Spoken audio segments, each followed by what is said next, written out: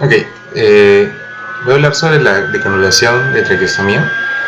Pienso que es un tema importante debido a que por la experiencia que tengo en el residentado, la mayoría de personal de salud no conoce el tema de traqueostomía muy bien y el tema de decanulación aún menos.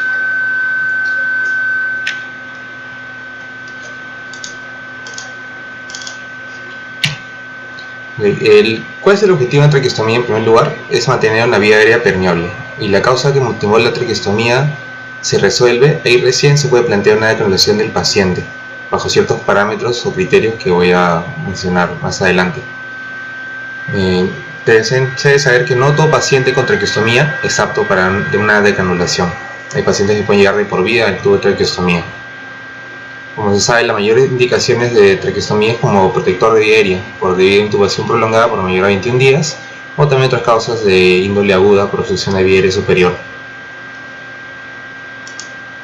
¿En qué consiste? Es la evaluación de la competencia de la vía aérea superior, y al evaluar esta y saber que es un paciente con el cual cumple los criterios, se conlleva un retiro definitivo de la cánula de traqueostomía.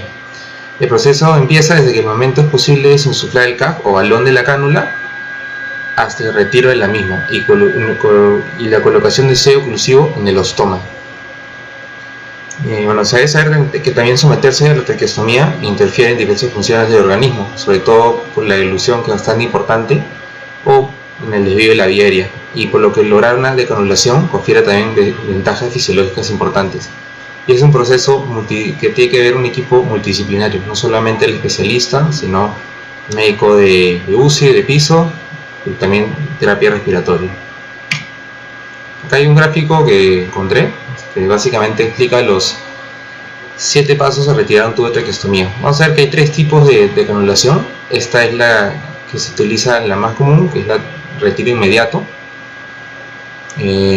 Se retira el tubo de traqueostomía paso 1, en paso 2 se limpia con solución salina, se aplica una tintura de benzoína para evitar el tema de fístulas, se aplican 3 tips y un gasa o algodón, y se pone por encima micropore o cualquier esparadrapo que no ocluya de una manera total el ostoma. Es importante que esté suelto, debido a que si hay un problema de enfisema subcutáneo pueda drenar por ahí el aire.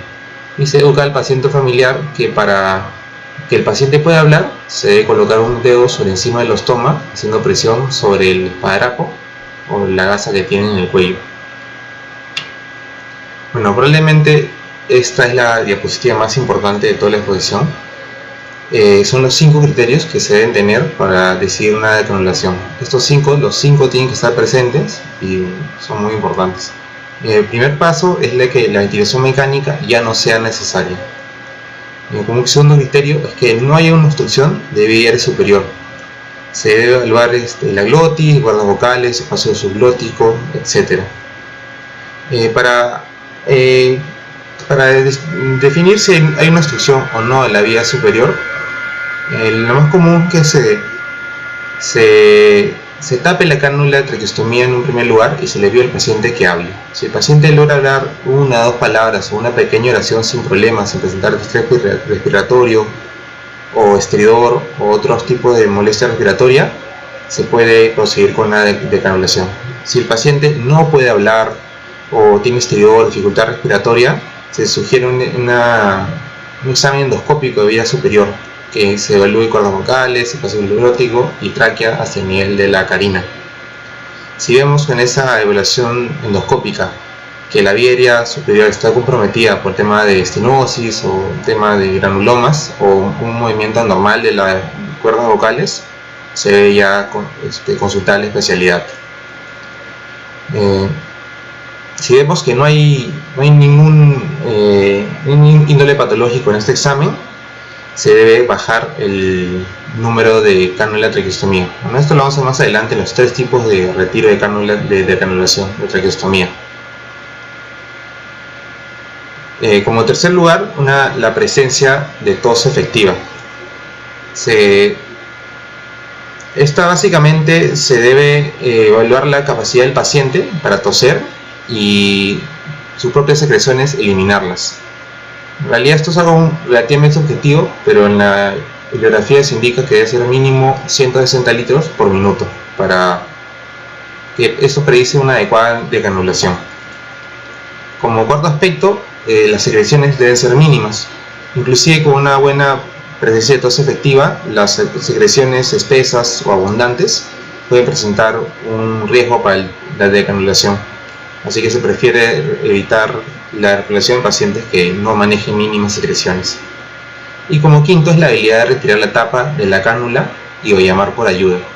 Esto es muy importante debido a que si el paciente no puede retirar la tapa o el familiar no está educado al respecto, va a tener un tema artificial respiratorio, inclusive puede llegar a la muerte. Este es básicamente un algoritmo que resume todo lo anterior que acabo de decir. Como primer paso, la ventilación mecánica no debe ser requerida. Como segundo paso, debe tolerar la traqueostomía que sea tapada con un dedo o con la tapa que viene con el equipo. Y si vemos que tolera que la tracánula esté tapada y hay un adecuado estado mental, una tos efectiva, secreciones mínimas, se procede a la decannulación. Como mencioné, si no tolera el paciente o al taparlo no puede hablar, se debe ya hacer una evaluación endoscópica de la vía aérea superior. Las técnicas de decannulación básicamente son tres. La que más se usa en el 2 de mayo es la primera y bueno, es la más común en realidad.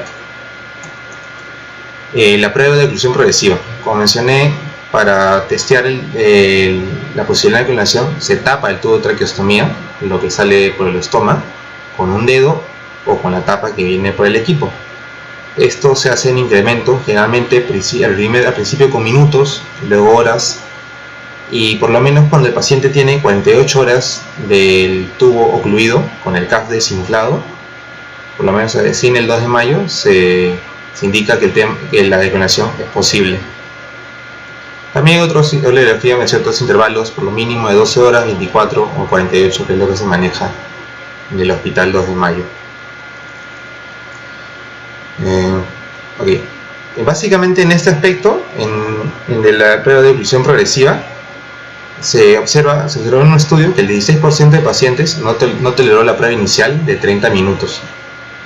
Y en la broncoescopía se evaluó que la mitad de estos pacientes presentaba ya una obstrucción traqueal mayor del 50%. Y es por eso que es un indicador muy bueno para ver si el paciente tolera o no la decannulación. Otro método que no se realiza mucho en los hospitales públicos debido a que es de alto costo es la disminución progresiva del tamaño de la cánula. El tamaño de la cánula se va disminuyendo, bajando cada 1 o 2 días hasta llegar a un tubo de tamaño 4, que es muy pequeño. Cuando este tubo pequeño es tolerado por algunos días, ya se puede indicar que el paciente puede ser decannulado.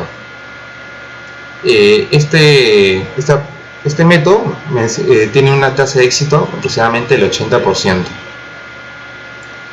Y el tema de decannulación inmediata, que básicamente se tapa el tubo de traqueostomía por un periodo de menos de 12 horas y si el paciente tolera y cumple con otras características como que no haya disnea, la presión arterial adecuada, un estado hemodinámicamente adecuado, no infección activa, vía aérea superior conservada, se puede proceder a la decannulación inmediata. ¿Por qué considero que es importante esta exposición o la correcta técnica de decannulación? Como mencioné, es un tema poco conocido entre el propio personal de salud, no solo en enfermería, sino hasta médicos intensivistas, para evitar problemas fonatorios de dilución que conllevan el uso prolongado del tubo de traqueostomía y para evitar el tema de reactivación orotraqueal. Hay pacientes que al momento de retirarse el tubo pueden tolerar inicialmente, pero luego la necesidad de la intubación es someter a un paciente a una nueva reintubación y una nueva ventilación mecánica inclusive. Por eso es importante saber el tema de la correcta decannulación. Ok, gracias.